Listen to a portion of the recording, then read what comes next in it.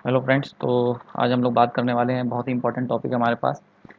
DC machines. Basically ये series जो है ये डीसी मशीन्स के लिए शुरू हो रही है। और इस सीरीज़ के लिए जो डीसी मशीन्स को समझने के लिए जो आप लोगों को बेसिक्स चाहिए वो मैं यहाँ पे कवर करूँगा। ये जो पहली सीरीज़ है इसका यानी कि बेसिक टर्मिनोलॉजी, यानी इसमें हम लोग वो सारी चीज़ें कवर करेंगे जो कि मुझे एक डीसी मशीन को समझने के लिए चाहिए होगी, या कह सकते हैं पूरी इलेक्ट्रिकल मशीन्स को समझने के लिए जो बेसिक चीज़ें चाहिए होंगी वो मैं इसमें कवर करूँगा। ठीक है। तो बेसिकली जो हम लोग कोड्स जिनको डिकोड करने की कोशिश करेंगे इस पूरे प्रेजेंटेशन में, उनमें से सबसे पहला कोड जो हम लोग जिसको हम लोग आइडेंटिफाई या जिसको हम लोग डिकोड करने की कोशिश करेंगे कि क्या जनरेटर एक सेंसर है कि रिले है, पहला पॉइंट। सेकंड चीज़ हम लोग इसको देखेंगे कि क्या हम लोग डिफरेंशिएट कर सकते हैं मोटर और जनरेटर को अगर लेवल खो जाता है। ये बड़ा ही इंटरेस्टिंग पॉइंट होने वाला है कि अगर मान लेते हैं आपके पास एक जनरेटर है और एक मोटर है लेकिन उनका लेवल नहीं लगा हुआ है, तो क्या तुम बता पाओगे कि उनमें से कौन सा है। थर्ड चीज़ जिसको हम लोग डिकोड करने की कोशिश करेंगे कि क्या हम लोग एक मोटर और एक जनरेटर को वाइस वर्सा की तरह ऑपरेट कर सकते हैं, यानी कि एक मोटर को जनरेटर की तरह और एक जनरेटर को एक मोटर की तरह, क्या हम लोग ऐसा कर सकते हैं। चौथा चीज़ जिसको हम लोग डिकोड करने की कोशिश करेंगे वो है कि मैग्नेटिक फील्ड का क्या रोल है जब हमारे लिए इलेक्ट्रिकल और मैकेनिकल चीज़ें डिज़ायर्ड हैं। यानी कि जैसे कि इलेक्ट्रिकल मोटर होती हैं तो उसमें मोटर में अगर बात की जाए तो मैकेनिकल एनर्जी आउटपुट डिज़ायर्ड होता है, और अगर जनरेटर की बात की जाए तो इलेक्ट्रिकल एनर्जी डिज़ायर्ड होता है। तो इन दोनों में से मैग्नेटिक फील्ड का क्या रोल है। ठीक। तो मेरा नाम प्रांजल है और मैं असिस्टेंट प्रोफेसर हूँ इलेक्ट्रिकल इंजीनियरिंग डिपार्टमेंट में। और अगर आपको ये पसंद आता है तो आप भी चैनल को सब्सक्राइब कर सकते हैं और लाइक कर सकते हैं। ठीक है, तो चलिए शुरू करते हैं।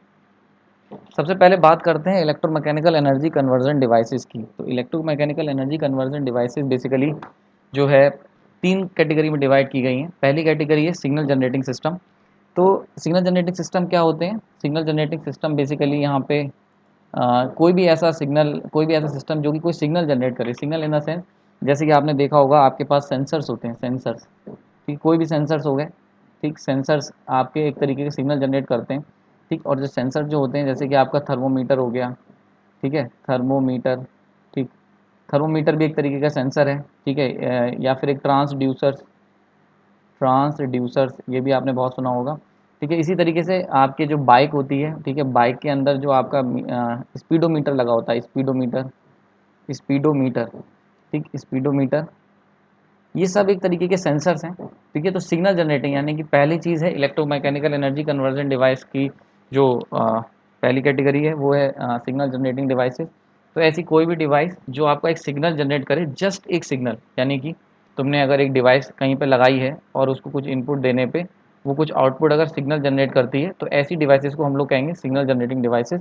ये ईएमईसी यानी कि इलेक्ट्रोमैकेनिकल एनर्जी कन्वर्जन डिवाइसेस की सबसे बेसिक कैटेगरी होती है, पहली कैटेगरी होती है। इनका केवल एक ही काम होता है इस कैटेगरी का कि आपको सिग्नल जनरेट करके देना है आउटपुट में, और नथिंग मोर। ठीक। नेक्स्ट यहाँ पे आते हैं आपके इम्पल्सिंग इम्पल्स जनरेटिंग डिवाइसेस, या फिर हम कह सकते हैं दूसरा इनके लिए वर्ड यूज़ किया जाता है वो वर्ड है डिसकंटिन्यूस जनरेशन। यानी कि इसका एग्जांपल बहुत सब लोग जानते होंगे जैसे कि रिले। ठीक है, रिले। रिले हो गया। ठीक है, इसके अलावा स्विच हो गए। ठीक, इलेक्ट्रोमैग्नेटिक स्विच हो गए। ठीक है, ये सारे के सारे इसका एग्जांपल है। स्विच इन द सेंस, जैसे कि मान लेते हैं आपने क्या करा, एक बटन है आपके पास, आपने उस बटन को पुश करा, इस बटन को आपने पुश करा। ठीक, और जैसे ही आपने पुश करा तो एक सर्टेन हमें आउटपुट मिल गया।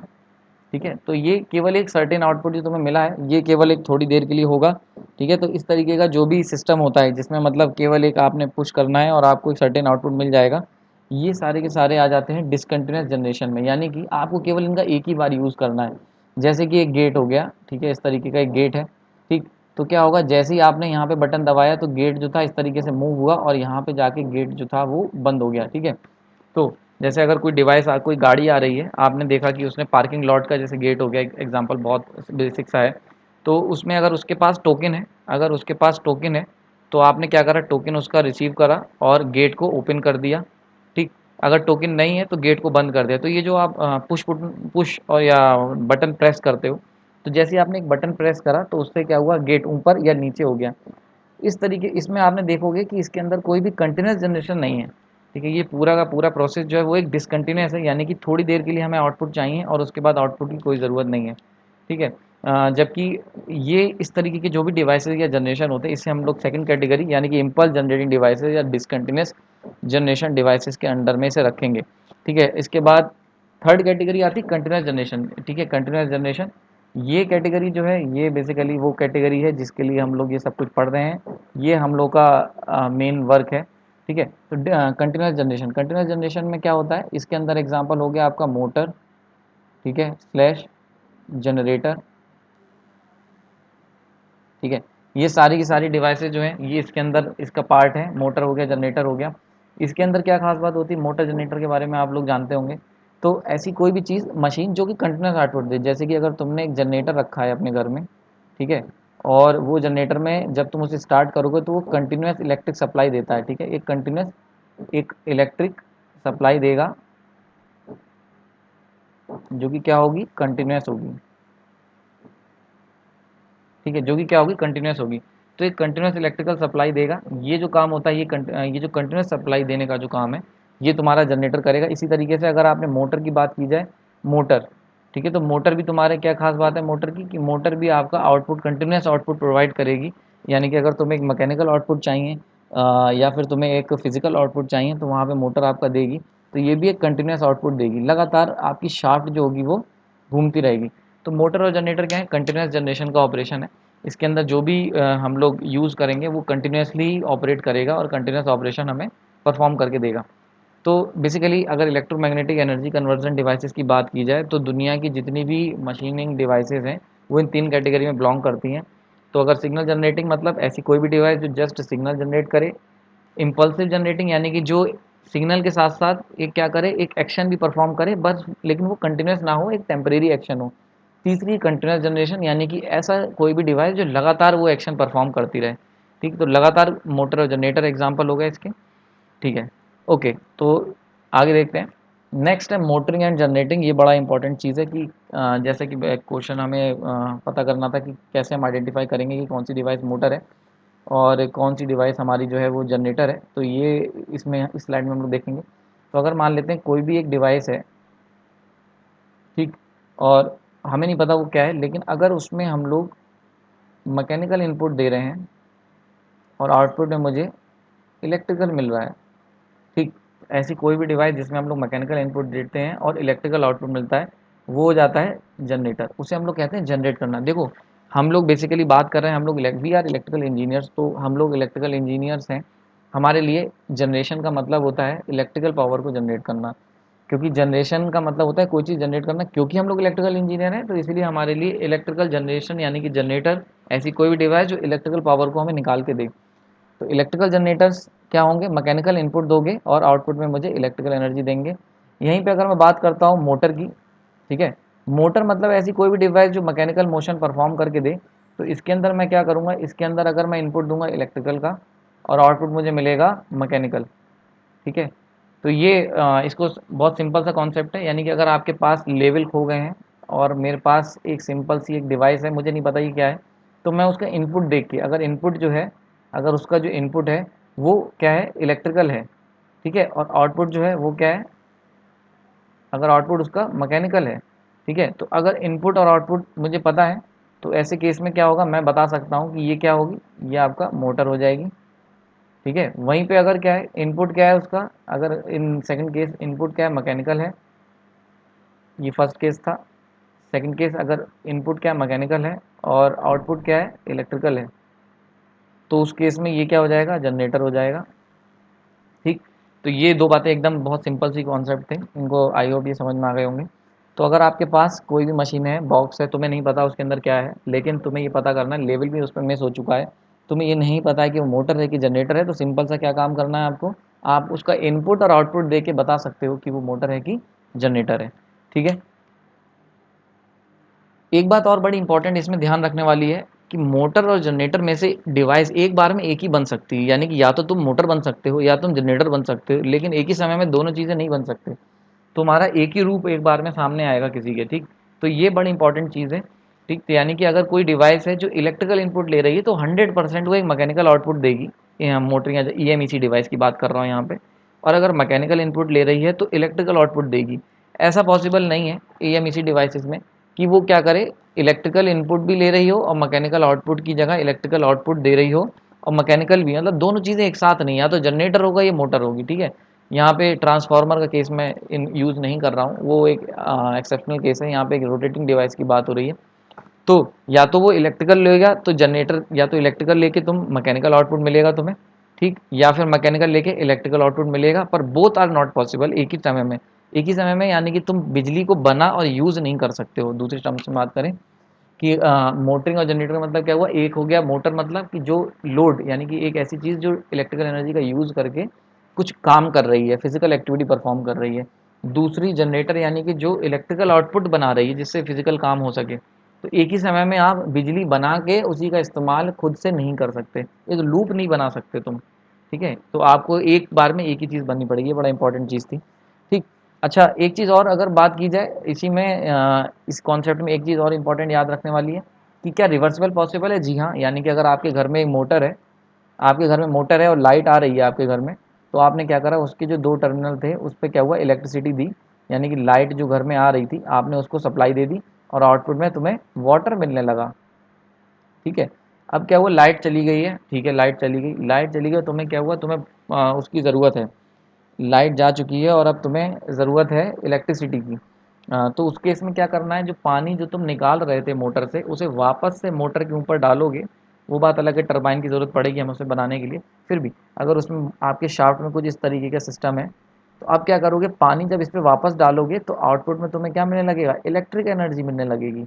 तो ये बड़ा इंटरेस्टिंग है, यानी कि तुम्हारे घर में लगी हुई मोटर जो है वो जनरेटर बन सकती है, और घर के बाहर लगा जनरेटर जो है उसे तुम मोटर की तरह ऑपरेट कर सकते हो। डिपेंड करेगा कि क्या इनपुट दे रहे हो। तो ये एक रिवर्सिबल प्रोसेस है, बेसिकली थोड़ा सा डिज़ाइन में चेंज करना पड़ता है, बाकी ओवरऑल एक रिवर्सिबल प्रोसेस है। यानी कि आप इलेक्ट्रिकल पावर से मैकेनिकल और मैकेनिकल से इलेक्ट्रिकल, ये एक रिवर्स प्रोसेस है। अगर रिवर्स कर दोगे तो ऑपरेशन भी रिवर्स हो जाएगा। नेक्स्ट आते हैं यहाँ पे कुछ इंपॉर्टेंट टर्म्स के बारे में बात कर लेते हैं।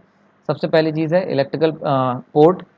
जो अब मैं डिस्कस करने जा रहा हूँ, हम बेसिकली दो पोर्ट के बारे में, तीन पोर्ट के बारे में डिस्कस, तीन चीज़ों के बारे में, इंपॉर्टेंट टर्म्स के बारे में डिस्कस करेंगे। एक है इलेक्ट्रिकल पोर्ट, एक है मैकेनिकल पोर्ट और एक है कपलिंग फील्ड, ठीक। थोड़ा सा कलर चेंज कर लेते हैं, ओके।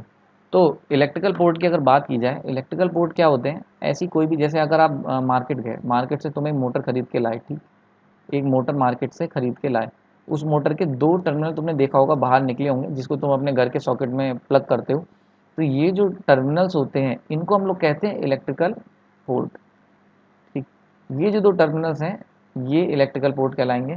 इलेक्ट्रिकल पोर्ट बेसिकली हर वो चीज़ होती है इलेक्ट्रिकल पोर्ट जहाँ से इलेक्ट्रिक पावर चेंज की जा सके, यानी कि जहाँ से हम लोग क्या कर सकते हैं, इलेक्ट्रिक पावर को एक्सचेंज कर सकें। यानी कि ऐसे ऐसे टर्मिनल्स जहाँ से हम लोग, ऐसे पोर्ट जहाँ से हम लोग इलेक्ट्रिक पावर को एक्सचेंज कर सकें, उन सबको क्या कहेंगे, हम लोग इलेक्ट्रिकल पोर्ट कहेंगे। तो मैंने एग्जांपल दे दिया, जैसे मोटर के दो पोर्ट होते हैं। इसी तरीके से जनरेटर की बात करें तो तुमने देखा होगा शादियों में बहुत सारा कई बार तुमने देखा होगा ग्रीन कलर के जनरेटर्स यूज़ होते हैं।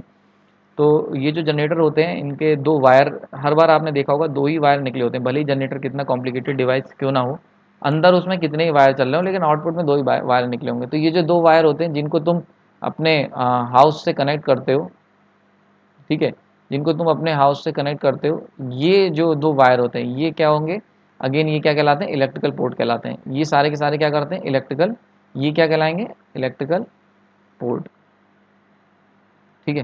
तो ये हो गया इलेक्ट्रिकल पोर्ट क्या होता है। सेकंड चीज़ आ जाती है मैकेनिकल पोर्ट के बारे में। तो अब अगर मान लेते हैं तुम आपकी मार्केट से ख़रीद के लाते हो मोटर, ठीक है, तो मोटर के दो टर्मिनल जो हैं ये तो होगा इलेक्ट्रिकल पोर्ट, और ये जो बाहर एक शाफ्ट निकली होती है जिससे तुम चक्की चलाओगे, या फिर जिससे तुम गाड़ी का पहिया रोटेट करोगे, बाइक का व्हील घुमाओगे, ठीक है, तो ये जो भी चीज़ होती है जहाँ से मैकेनिकल आउटपुट मिलता है, तो ये कहलाती है मैकेनिकल पोर्ट। ये क्या कहलाएंगे, मैकेनिकल, ठीक है, मैकेनिकल पोर्ट, ठीक। ये सारी सारी चीज़ें जो होंगी वो मैकेनिकल पोर्ट कहलाएंगी, जैसे कि हो गई, एग्जाम्पल हो गया शाफ्ट, ठीक, शाफ्ट हो गया एग्जाम्पल, ठीक। ये हो गया आपका मैकेनिकल पोर्ट, ठीक है। ये दो चीज़ें इंपॉर्टेंट है, electrical port and mechanical port, बहुत क्लियर हो गया होगा।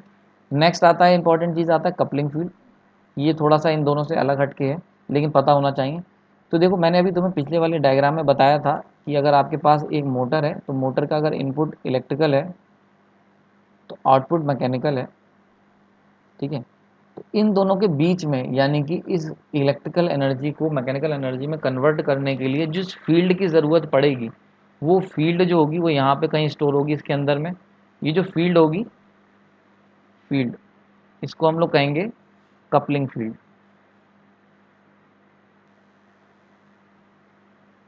ये जो फील्ड हो जाएगी, इसको हमने नाम दिया है कपलिंग फील्ड का, ठीक है। यानी कि अगर आपके पास एक डिवाइस है जिसमें इलेक्ट्रिकल एनर्जी आप इनपुट दे रहे हो और मैकेनिकल तुम्हें आउटपुट मिल रहा है, तो ये, और इसको इस कन्वर्जन को जो पॉसिबल करने के लिए जिस फील्ड की ज़रूरत होगी, ठीक है, वो फील्ड तुम्हारी क्या हो जाएगी, वो फील्ड है कपलिंग फील्ड। तो कपलिंग फील्ड दोनों चीज़ें हो सकती हैं, जैसे कि अगर जनरली बात करी जाए, कपलिंग फील्ड दो तरीके की पॉसिबल है, ठीक है। सॉरी, कपलिंग फील्ड जो है वो अगर बात की जाए तो दो तरीके की पॉसिबल है कपलिंग फील्ड। एक है तुम्हारी इलेक्ट्रिकल कपलिंग फील्ड होती है, और एक होती है मैग्नेटिक कपलिंग फील्ड, ठीक है। तो दो तरीके की कपलिंग फील्ड पॉसिबल है, एक इलेक्ट्रिक कपलिंग फील्ड पॉसिबल है और एक मैग्नेटिक कपलिंग फील्ड पॉसिबल है। दोनों ही केसेस में आप यूज़ कर सकते हो, ये मैं फर्दर लेक्चर्स में आपको बताऊंगा। जनरली क्या होता है कि मैग्नेटिक फील्ड कपलिंग यूज़ की जाती है, उसके पीछे रीज़न ये है कि उसकी जो एनर्जी स्टोरिंग कैपेबिलिटी है वो 1000 टाइम्स लगभग ज़्यादा होती है, 100 to 1000 टाइम्स ज़्यादा होती है इलेक्ट्रिकल कपलिंग फील्ड के मुकाबले। ये इसको इस तरीके से समझ सकते हैं कि अगर आपके घर में जो बैटरी लगी हुई है, छोटी सी बैटरी के लिए, छोटी सी इन्वर्टर 12 वोल्ट की जस्ट बैटरी के लिए जो आपके घर का लोड उठाती है, उसके लिए जितनी बड़ी बैटरी की ज़रूरत है, अगर वो एनर्जी हम लोग मैग्नेटिक फील्ड में स्टोर करने की कोशिश करें, तो एक बॉक्स के बराबर मैग्नेटिक फील्ड में हमारा काम हो जाएगा, और हमारे घर के, यानी कि दो घर की एनर्जी, दो घर के लिए जितनी एनर्जी की ज़रूरत है, वो सारी की सारी एनर्जी उस बॉक्स में स्टोर हम कर सकते हैं अगर हम मैग्नेटिक फील्ड में स्टोर करें। क्यों नहीं करते, करते हैं, और कहाँ करते हैं, इसको हम लोग आने वाले लेक्चर्स में इसको डिस्कवर करने की कोशिश करेंगे। इसको मैं डिटेल में आपको फर्दर लेक्चर में बताऊंगा, ठीक है। तो अभी तक के लिए इतना है कि अगर आपको इलेक्ट्रिक टू मैकेनिकल, या फिर इसका एक चीज़ और है, रिवर्स भी पॉसिबल है, यानी कि मैकेनिकल मैकेनिकल टू इलेक्ट्रिकल, ठीक है। चाहे इलेक्ट्रिक को मैकेनिकल में ले जाओ या मैकेनिकल को इलेक्ट्रिकल में ले जाओ, हर बार तुम्हें एक कपलिंग फील्ड की ज़रूरत पड़ेगी, यानी कि ये दो अलग अलग एनर्जी को जो एक दूसरे से कपल करेगा। तो ऐसी कोई भी फील्ड जो होगी उसे हम लोग कपलिंग फील्ड कहेंगे। दो तरीके की इलेक्ट्रिक और मैग्नेटिक फील्ड पॉसिबल हैं जिनसे हम कपल कर सकते हैं, ठीक। सो हमने यहाँ पे लेक्चर्स खत्म होते हैं, इसको ज़रा देखते हैं कि हमने जो कोड मैंने शुरुआत में तुम्हें बताए थे, तो कौन कौन से कोड डिकोड करें। पहला कोड जो मेरे पास प्रॉब्लम थी कि क्या जनरेटर सेंसर और रिले होता है, तो आंसर है नहीं, जनरेटर सेंसर रिले नहीं होता। सेंसर जो है आपके, अगर सेंसर जो है वो क्या होते हैं, ठीक है। सेंसर जो है वो तुम्हारे क्या है, टेम्परेरी डिवाइसेस हैं, यानी मतलब केवल एक small weak signal generating devices हैं। रिले क्या है, रिले तुम्हारी डिसकंटिन्यूस जनरेटिंग डिवाइसेस हैं, जबकि जनरेटर क्या है, कंटिन्यूस डिवाइस है, ठीक है। तो ये वाला मैंने सॉल्व कर दिया, ये आपको समझ में आ गया होगा। नेक्स्ट है, can we differentiate motor and generator when there is no labelling, yes, हम लोग इसको कर सकते हैं। कैसे, इनपुट देख के, अगर आपके पास इनपुट जो है वो इलेक्ट्रिकल इनपुट है और आउटपुट क्या है, मैकेनिकल है, मैकेनिकल आउटपुट है, तो ऐसे केस में क्या होगा, ये क्या डिवाइस हो गई यहाँ पे, ये हो गई मोटर, और इसका रिवर्स है तो जनरेटर, ठीक है। नेक्स्ट क्या है, नेक्स्ट है, क्या हम लोग मोटर को जनरेटर की तरह ऑपरेट कर सकते हैं, can we generate motor as a generator, yes, हम लोग कर सकते हैं। ये भी मैंने बता दिया कि अगर हम लोग क्या करें, इनपुट एक्सचेंज कर दें, यानी कि इनपुट को अगर एक्सचेंज कर दोगे, ठीक है, अगर इनपुट को मैं एक्सचेंज कर देता हूँ, ठीक है, तो इस केस में क्या होगा, मोटर को जनरेटर और जनरेटर को मोटर की तरह ऑपरेट कर सकता हूँ, ठीक है। Next, what is the role of magnetic field, ठीक, ये अगेन, ठीक, what is the role of magnetic field when electrical magnetic energy are desired field, ठीक है, ये भी मैंने बता दिया। ये जो मैग्नेटिक फील्ड होती है ये क्या होती है, कपलिंग फील्ड होती है, ठीक है। तो आई होप जो भी पार्ट्स हमें डिस्कस करने थे वो इस वीडियो में आपको समझ में आ गया होगा, ठीक है। तो इस ये सारे कोड्स हमने डिकोड कर लिए हैं, और नेक्स्ट लेक्चर्स में हम लोग फर्दर देखेंगे बेसिक इलेक्ट्रिकल बेसिक टर्मिनोलॉजी जो है, जो डीसी मशीन या कोई भी मशीन को समझने की ज़रूरत होगी, नेक्स्ट लेक्चर में हम उसे ज़रूर देखेंगे। चलिए, थैंक यू।